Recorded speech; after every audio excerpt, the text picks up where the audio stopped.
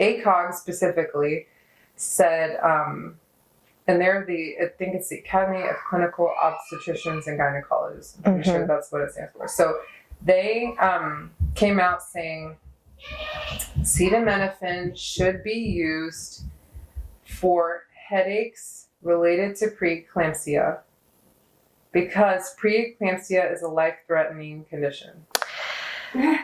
Okay. Yeah, exactly. This is one of the problem there. Exactly. Right? Okay. Exactly. Okay. So do we all know what's happening with preeclampsia? Where is this coming from? Okay, sorry. No, it's okay.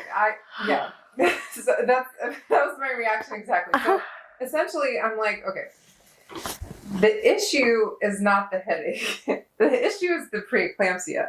Again, if you're taking the acetaminophen to silence the headache, you still did nothing for the preeclampsia, you know? So that's just one little thing that I saw that was wrong with that. There's so many other things, and I didn't mean to I don't want to get too deep in that. But that was something that was one of the things I was like, no, this is not okay. Like, I don't appreciate the way they framed that. Let's just say it like that. Welcome to the Birth Room Podcast, where holy ground meets bare feet and the wilderness of labor enters sacred space. We are your hosts, Sydney Hagen and Nichole Smith. I'm Sydney, founder of Untamed Birth, birthkeeper and educator, mother of 3, 2 of which born unassisted at home. And I'm Nichole, founder of the Rewild Birth Collective, birth servant and herbalist. I'm also the mother to 5 wildly wonderful children who are all born at home. Together, we invite you into honest conversations at the threshold of life, where birth is not a medical event to be managed, but a holy unfolding, raw, reverent, and real, rooted in radical responsibility. The birth room is not one place. It takes many forms. Sterile halls, candlelit bedrooms, quiet tubs, moving cars or crowded clinics, linen sheets, plastic covers, or bare ground. But no matter where it unfolds, birth is holy ground. It is where the veil thins, the breath of God hovers close. In cries and stillness, in pain and power, birth is sacred. Welcome to the birth room. Stories, wisdom, and truth from the edge of life's beginning. Today, we are tackling a topic that's been all over the headlines lately, Tylenol use in pregnancy. With so much information and fear floating around, we wanted to sit down with someone who could help us sort truth from noise. Our guest, Dr. Sandra, is a doctor of pharmacy with a master's in Nutrition and Integrative Health. She brings a unique balance of evidence-based insight and holistic wisdom to this conversation. Let's dive into part 1 of this important conversation. Welcome to the Birth Room Podcast. Thank you. Yeah. We are really excited to talk about all of the things with you today. Me too. I'm happy to be here. Thanks for having me. Yeah, we're really excited. So if you want to introduce yourself to the audience. Sure. My name is, should I say everything? Yeah, I think this is what I love about you and why I want you to share your credentials, because I know your heart and I know how you live as a human. And so it's like the total extremes. Yeah. And I think that's what's beautiful. And I think that's what will make this interview so lovely. Okay, well, I didn't want to, it seems overwhelming. Sometimes when someone asks me to introduce myself, because I'm like, who am I? But I wear a lot of hats. I'm an active duty pharmacist.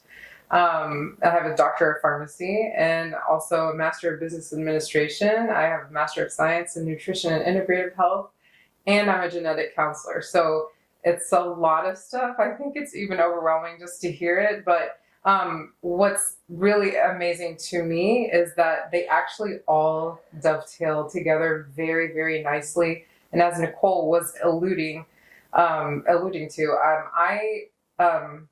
it kind of was like this path that kind of almost was laid out for me, because one step at a time I added more knowledge and more education and experience, both personal and professional, to just that, my initial foundation of Doctor of Pharmacy, which originally I thought I would just be like a pill peddler, you know, and just like counting pills and filling the prescriptions for people, making sure it's the right drug or the right patient and that type of thing. But it evolved year after year. It evolved into something just almost like uncontrollable. Like I didn't have control over it. Definitely something God put on my heart and something he revealed to me also throughout various stages. So, so now I am a conventional pharmacist in a conventional pharmacy setting, but when you open your cabinet at home, you do not find pharmaceuticals. Exactly. I know this firsthand. Exactly. I've shown Nichole. I've shown her what my cabinet looks like. It's just that pharmaceuticals are not my first line, not my second line usually, but I do respect them. They have a role in healthcare. They have a role in people's health. It's just the way we have been conditioned in society to react quickly and respond with pharmaceuticals has been, in my opinion, both personal and professional opinion, a detriment to all of our health. That we are just, it's a knee-jerk reaction just to go for a prescription. Again, they definitely have a role, a very good one. I see it every day. Like I see where pharmaceuticals can play such a vital role, a bridge to health. But when it becomes a crutch, that's how this has evolved for me. Like I saw it with patients day in and day out. Like, okay, this individual is on this medication. It's not doing anything. It's just being a Band-Aid for the symptom that this person's experiencing. It's not healing. So that's where I got down on this path. So that's why it seems like the letters and the credentials seem like whatever, but it's really, it was a desire to learn more that led me on that path. So, and to understand, it was so very, very funny too, in my pharmacy program, it's very like, how they approach it is very, very much symptom, drug. Like this is what you learn. You learn symptom, drug. You learn disease state, drugs that you prescribe. You know, it's like from that, it's not, this is how the body should heal. It's not holistic either. It's, no, it definitely. It's just this pinpoint symptom, this drug, this very condition. Very tunnel vision, very much not encompassing the entire person. Like not addressing the nervous system of a person and how that literally can affect how you even metabolize a pharmaceutical product, which is wild, you know, like not incorporating those things in a medical discussion when it comes to symptoms and drugs and things like that is not honoring the entire person. So that's one of my questions actually, so I'm just going to ask it now. Do you know what's known about how acetaminophen can affect the neurodevelopment of a child, specifically in utero, based on how the mom's handling oxidative stress, mitochondrial development, or function rather, glutathion depletion, that kind of brings us into why we're here today. Epigenetics, like all of these things. Yeah, like what you're saying. Yeah. Why are we here today? I know I'm jumping the gun. I'm just so excited. I'm so excited to get into it. I know. I don't blame you. So if you want to try and answer, part of, this is why we're here today, and then see if you can answer Nichole's question. Yeah, why are we here today, Sandra? Why did you reach out? I did reach out. I reached out to you guys because I was telling them right before we got started that I was kind of like on the sidelines watching this massive, nationwide conversation unfold about acetaminophen and neurotypical behaviors, specifically autism. But I was really, honestly feeling anxiety and really a lot of frustration on how the conversation was not nuanced. It was not complete. Everything I read on every media outlet and social media and everything was lots of vitriol and very much extreme sidelines or extreme sides of this discussion rather than honoring the nuance. And the things that you listed is the nuance part that has not been in the conversation. And it's been very frustrating to me as a practitioner, as a mother, Yeah. And as you know, and by being a mother, being a woman who was pregnant a few times, and understanding that conversation needs a lot of background, a lot of qualifiers, mitochondrial health. Like, who has talked about that? Nobody. This is why we're talking about I haven't heard anybody talk about that. So anyway, I won't launch into the deep yet. But yeah, so we're here because I really wanted to have that nuanced conversation with somebody. And hopefully if we can help just one person understand that there is a nuance in this discussion, and that there's so much from the human body, the woman who is, trying to conceive and then becomes pregnant. That journey in and of itself could actually dictate whether or not you should use a dose of acetaminophen. Thank you. That is why I'm here. Thank That you. is why I'm here. This is why I want you again to come on the podcast, because of just your wisdom and your whole body approach, not just the pigeonhole topic of pharmacology or herbology or this or that, but really the whole big picture. Yep. And the pieces that are missing in between. That's what I pray to be, a person like who can see both sides. Yeah. And understand where this like the herbs are good for you because ABC. Or in this case, for this short duration of time, you need a prescription medication to get you through so we can get you back to a more holistic approach. You know what I'm saying? Like, this is a very like individualistic conversation. It's this type of like flamboyant conversation that's been happening in a very, like I said, vitriol setting is not helpful for anybody, and specifically not pregnant women, where it's already stressful. Yeah. Yeah. And there's like, we're drinking from a fire hose with AI and ChatGPT and internet and like, I mean, and just as this is a little aside, but just even this past week in the pharmacy, I had a patient telling me things about his symptoms and how he self-diagnosed. And I was so concerned. He was like, no, I asked ChatGPT and this. Yeah.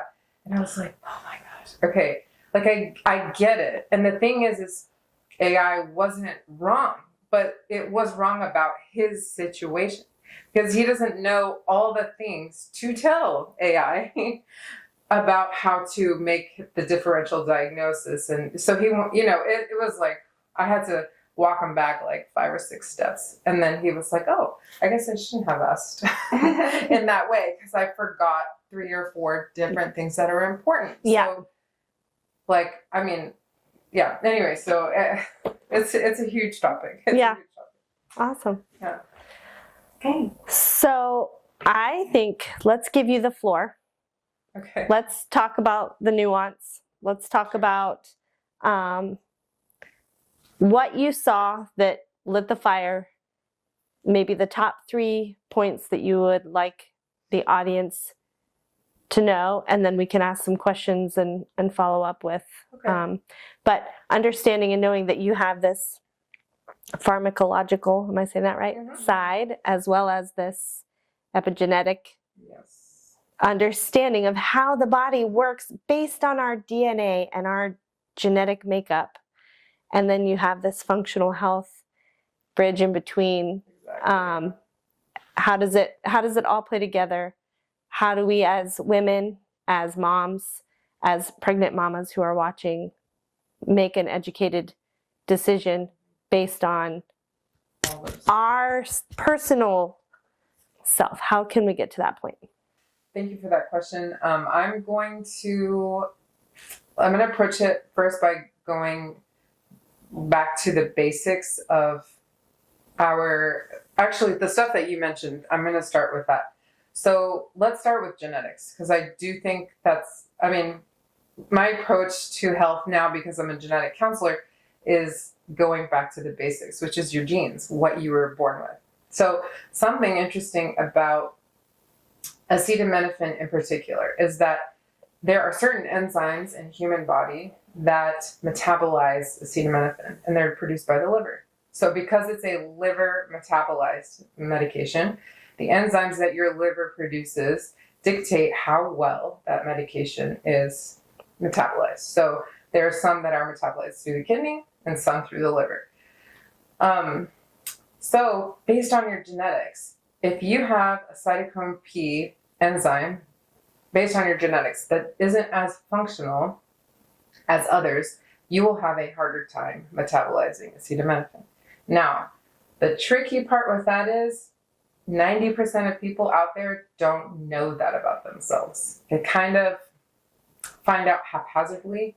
And sometimes if you're on an intense liver metabolized drug because of another condition, medical condition, sometimes physicians will run a test to see it's pharmacogenomics, pharmacogenetics, which they run to see what enzymes you have, what genes you have that dictate how well those enzymes are produced, which dictates how well those medications are metabolized. So all of that to say is that if you are impaired with those enzymes from your liver, that's going to dictate your dose, your dose ceiling for acetaminophen and other drugs that are metabolized through the liver. So if your body isn't metabolizing it properly, you're going to have the negative metabolite that comes from acetaminophen use.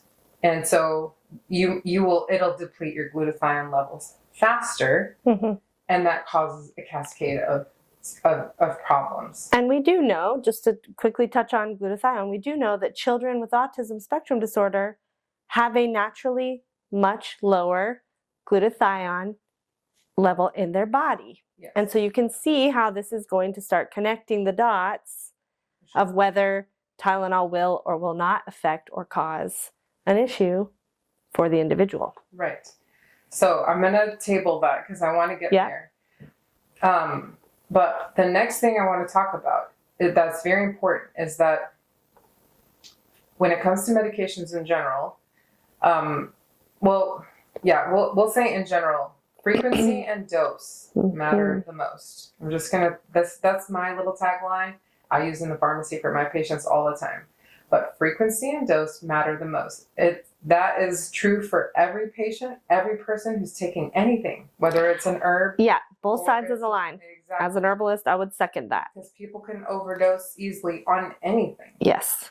On Oreos. You can frequency and dose of the Oreos you eat matter the most. So exactly. There's a lot of things that's applicable to. But one of the biggest issues that I found from this really wild conversation about acetaminophen and autism is that nobody was talking about frequency nor the amount of acetaminophen that any individual was taking. And in these studies, the studies, I will say, are very difficult. When it comes to pregnancy, it's very difficult to understand the results of any study, any medical study, because there's so many confounding factors. So many. And you can't control for everything when it comes to these studies. So yeah, anyway, so that's something to keep in mind. One of the biggest issues is when institutions who are known to, I'll say ACOG is one of them, when they come out and they say things like, acetaminophen is known to be one of the safest drugs to use during pregnancy. That may be true, okay? But the problem is, as with anything, because we're human beings, is that once you hear something like that, you hear and internalize, I can take it as much as I want and as often as I want at any dose. It's like ashwagandha, right? We can play both sides of the coin. We can play the pharmaceutical side and we can play the natural, the herb side. People overdose themselves on herbs all the time. For sure. So. For sure.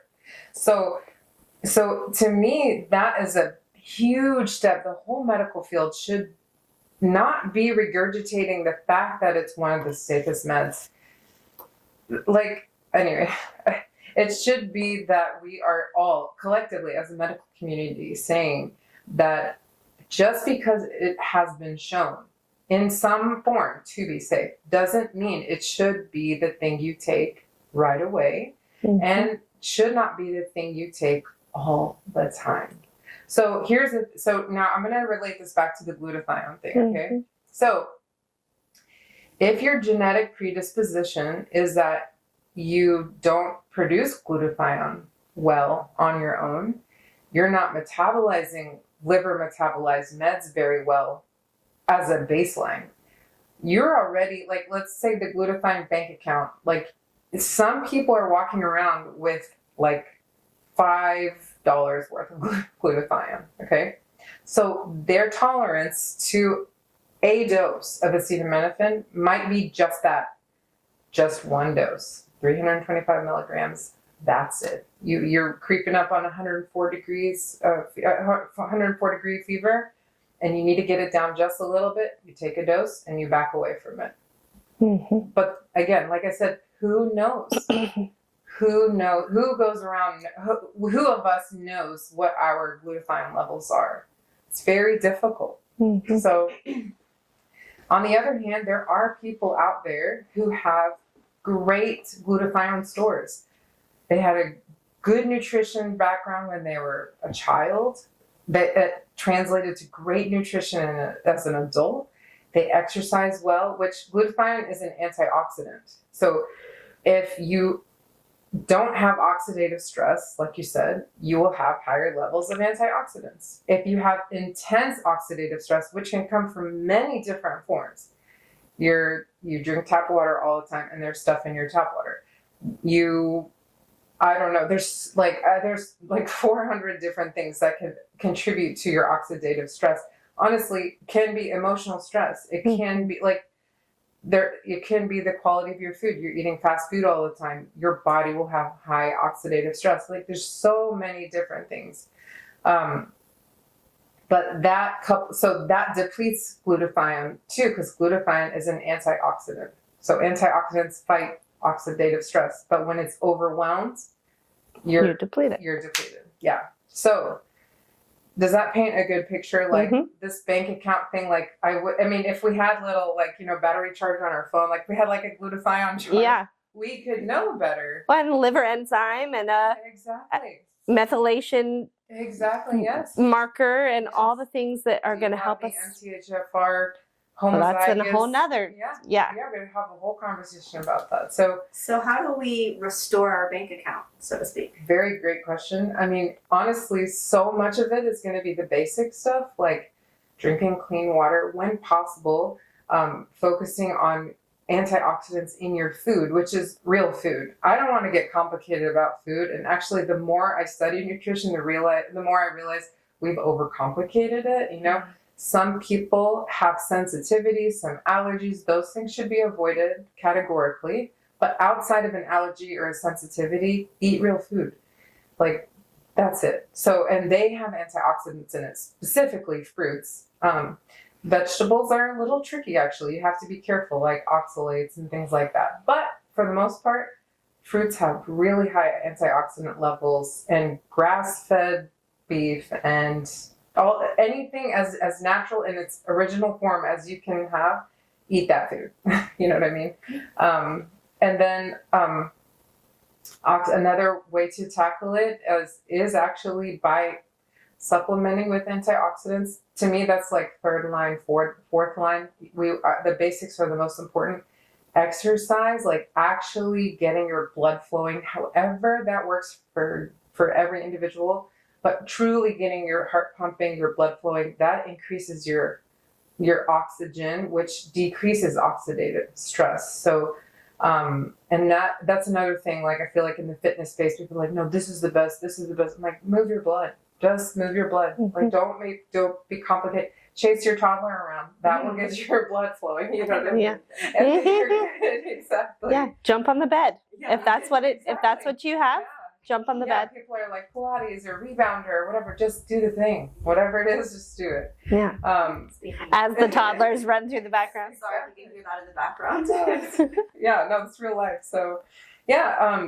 And then also, like, another thing to keep in mind too is that the nervous system, which is kind of like, not kind of, it is a very important piece of the health picture and contributes to oxidative stress if it's not regulated. If you're constantly in fight or flight, constantly, your body will not be able to use antioxidants properly. So everything feeds in together to form that picture of health that we're looking for. And that's part of this conversation that I really was getting very riled up about internally, is that there are pieces to this puzzle. Like, I think the thing that got blown up like nationwide about this conversation is that they were talking about one piece of this whole conversation, not mentioning mitochondrial health, not mentioning sperm health and this whole thing. Like, the genetic contribution from the sperm on an embryo, on a baby, also dictates how that baby will handle glutathione depletion. Yes. Like, why haven't we talked about that? Just talking about the pregnant mom. Well, guess what? If the dad, also in the process trying to conceive and then conception, is taking acetaminophen like it's his day job, well, he's glutathione depleted, and his sperm health is low. Even if his sperm count is fine, the health of the sperm itself. You see what I'm saying? Like, this is like, there's a lot of pieces here. This is a puzzle, and people took one piece and they're like, this is the reason. Well, it's not. Like, and there are many things that deplete glutathione. Like we said, many things deplete antioxidant levels in a human being, both fetus, a newborn, pregnant mom to be, dad, like, so many things reduce that. So, a diet of Cheetos and fast food and whatever else, like, that's going to, like, cause, that as an issue for all people involved in this conversation. So you're talking about the liver enzyme and how that's going to dictate the ceiling of acetaminophen for each individual. So let's talk about somebody who's pregnant, and let's talk about what their body is going through, how their blood changes, what the liver enzymes might look like. And that's different for every single pregnant person. For sure. But let's paint a picture of somebody who's going into pregnancy, who maybe had a car accident. They are, taking Tylenol and ibuprofen alternating. And so maybe they're walking into pregnancy with already a compromised liver detox pathway and an inability to process that. And then the doctor's saying, take Tylenol for this cold that you've had. Maybe go in that direction a little bit. Yes. Okay. First, I want to preface this answer with something that's important, is that before you get pregnant, please do your best. If you're hearing this and you haven't been pregnant yet, but you're thinking about it, or if you already had one pregnancy and you're ready for more, or whatever it is, wherever you are, before you conceive the next time, please assess your health as much as possible before you start this journey again. The reason why I say that is because it will help you inform what decisions you should make while you're pregnant. It will help you, instead of feeling like you're behind the 8 ball during pregnancy, you're like, oh, they recommended this. No, if you need to, go to your doctor and say, I would like to figure out a way to do a pharmacogenomics test. I want to know how my liver enzymes are, and actually do baseline labs. If your liver enzymes are borderline not great, that's a red flag right there. Your liver needs support. So do what you can. If it's clean up your diet, if it's exercise more, if it's nervous system regulation, if it's supplementing with antioxidants. Sandra is my favorite liver supporter. If you want it, not when you're pregnant, But if you're not pregnant, that's a great way. I've had many people have success on getting their liver enzymes back rolling with Sandra alone. So very powerful. Can I ask you one question? Because we do labs in pregnancy, and liver function is one of the many labs that are run both in the home birth world and in obstetrics. So because moms are freaking out because of the things that have come out and because of what they're reading, is this a safe thing to say, get to know your liver panel and look at those enzymes and see what your function was post and current, and if you had a baby 3 years ago, get in there, look at your labs, find out, to give yourself some peace of mind. And if you see that your enzymes were low, then we can talk about what are some things that you can do to help build and restore if you walked into pregnancy already depleted. And yes, in fact, you did take some Tylenol, and maybe it was too much for your personal ceiling. Yes. Yeah, that's a safe thing to say. It's also important. So the next part, that was my preface to your question, but the answer part was that, like, if we look at pregnancy and liver function in pregnancy already, the liver is super taxed in pregnancy already. So even if your bank account before you get pregnant is pretty high, you have to keep in mind that your liver is very more withdrawals are happening in pregnancy. It's a hormone processing and also like the thyroid also is another organ very taxed during pregnancy. So those are two things. I was just having a conversation with someone today about it. Those are two things that I truly believe needs to be honored more and addressed more during pregnancy and even before. I know people who had low thyroid function before pregnancy, then they get into pregnancy and they have full-blown Hashimoto's, or liver is like borderline, and then they get pregnant and their liver is tanked, so. Or they walk into perimenopause and their liver's like, oh yeah, I'm out. Exactly, yeah. So, and I want you to, let me just, a moment for the liver. Let's just talk about something else with the liver, is that the liver is the organ that takes a beating our whole life from all the toxins we're exposed to. This is another thing to discuss in this whole conversation, is that we live in a toxic environment. No matter where you are, we live in a toxic environment. So our goal as individuals is not, honestly, it was for me, reframing this as from rather avoiding all toxins, which put my nervous system in fight or flight and made me very on edge about everything and reactive to everything, like lettuce. I was like, why am I having an allergic response to lettuce? Because I was in fight or flight. So I had to calm down and reframe from avoid all toxins to reduce my toxic load. So that's what we're talking about when you said increase your antioxidant levels, reduce oxidative stress. It's also the same thing. I would use it interchangeably to reduce your toxic load. So, and I tell people this every day. Think about what you're doing every day. Those are the things that will reduce your toxic load the most. Okay? We can't really avoid not using cars. Like, we're going to use cars. So whatever, there's pollution. Like, we're going to live with that. But what can we do? Like, that's why I always default to food and water or beverages, things like that. Another thing, caffeine. Caffeine is something we don't talk about. It impacts your liver. It's metabolized through the liver. So, that's what I'm saying. Let's paint this picture here, okay? A mom, pregnant mom, she has the car accident, or she has an issue and her doctor said, use this acetaminophen. You're 20 weeks pregnant. You eat fast food every day. You do not get to exercise at all.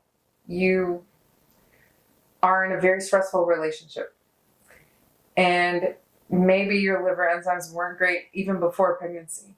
And now, on top of that, we're going to take acetaminophen 4 times a day for 10 days until this pain or a fever or something goes down. Hopefully fever not for 10 days. But you see what I'm saying? Like, there's layers here. There's a lot of stuff that has not been discussed on this.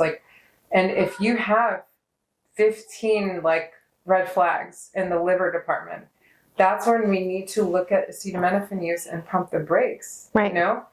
If you're and on top of that, the baseline red flag of the liver is taxed in pregnancy. So it's kind of like a very loaded gun. You know what I'm saying? Mm-hmm. And so we have to respect it. Like, it doesn't have to be that we pull the trigger, but we could get close to it if we're not careful. So yeah. And thankfully there are companies now who make very good high quality glutathione that you can actually take to counteract acetaminophen.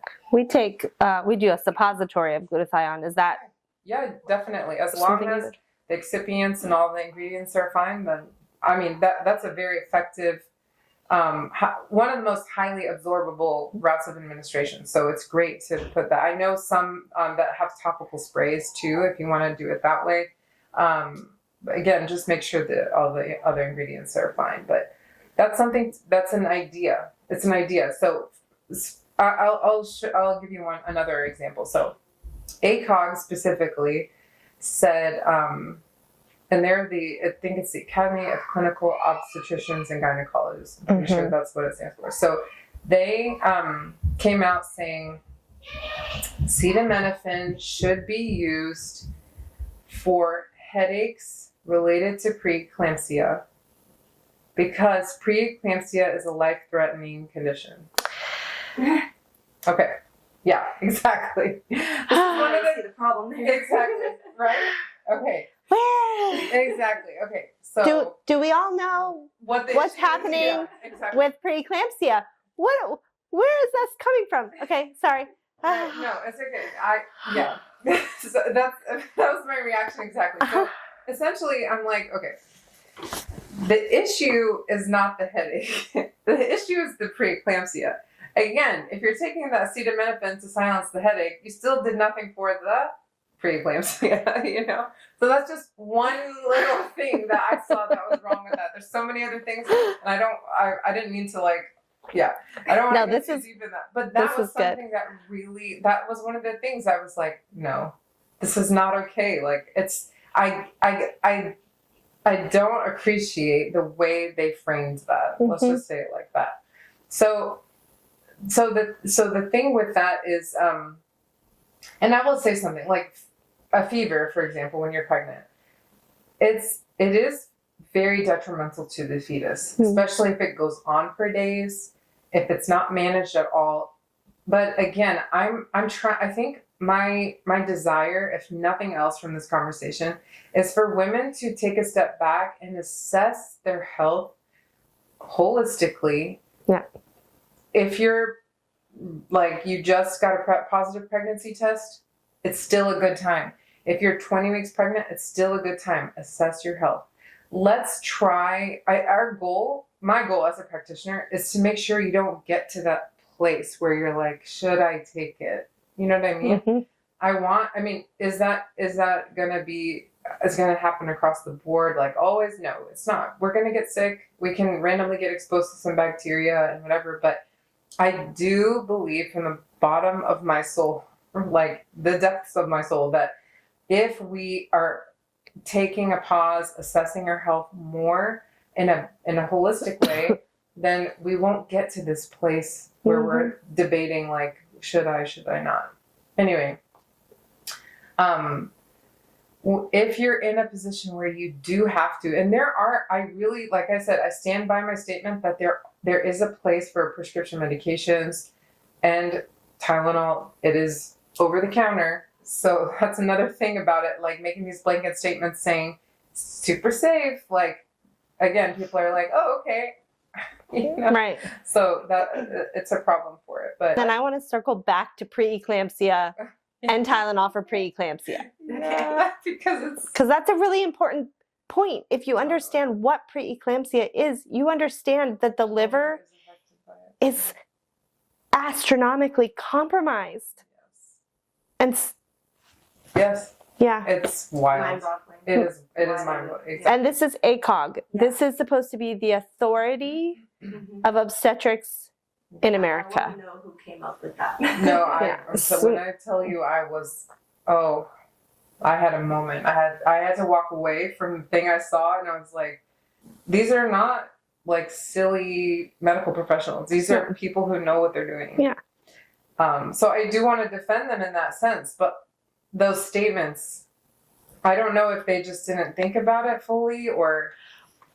Well, if I may, because I am on the holistic, crunchy side of the fence, and this is what I love about you so much, and I value so much, because you have a foot on each bank.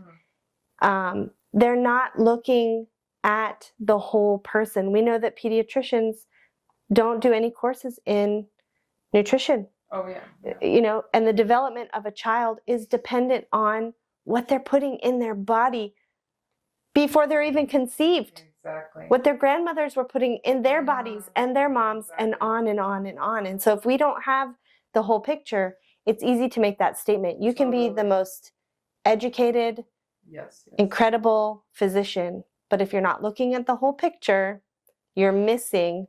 You have, like you said, you have that one little puzzle piece, and you're completely missing the whole point, which is this beautiful picture, a human.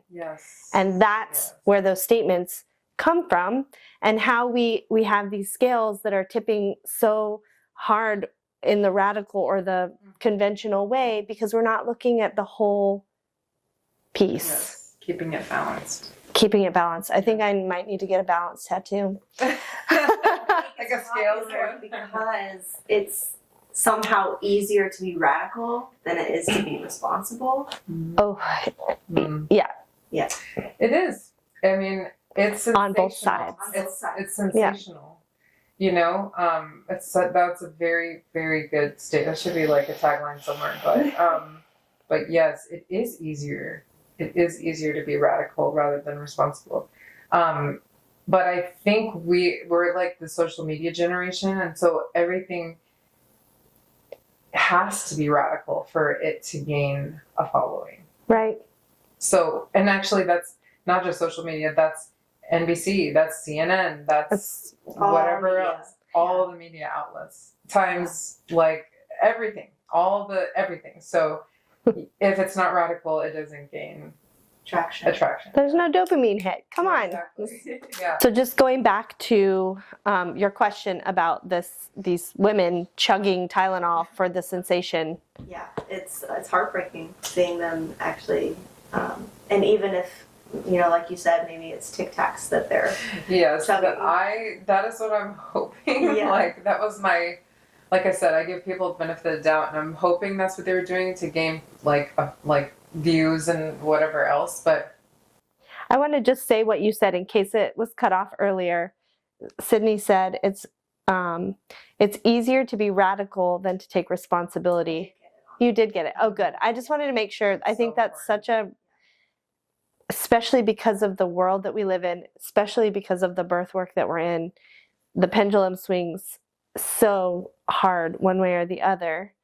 And people don't take radical responsibility for whatever choice they're making. And in this conversation, we're talking about Tylenol. Yeah. So exactly. You need to It's just so damaging that, you know, even if these women are chugging Tic Tacs rather than Tylenol, other women are seeing that. Yes, and of course.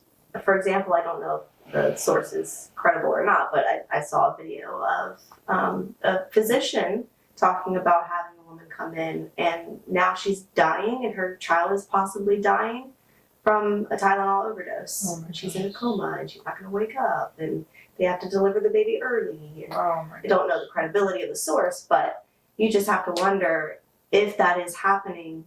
It's likely happening because they're seeing it on social media, and it's just so dangerous. It is. And I think for our listeners, this is why our podcast is set up the way that it is, and that we are always with the hands, right? Mm-hmm. Like, we need to have a balance. We can't be radically one way or the other way. And any decision we make, if we make a decision to go to the hospital and have an OB with all the accoutrements that come with that, if we choose to have a home birth with whatever that looks like, with a midwife or a lay midwife or a certified nurse midwife, or we choose to have a free birth with no attending anybody, or we choose to have a free birth with, you know, a birth keeper or a doula present or whatever it is, we have to know our bodies, which gets us back to the point of this.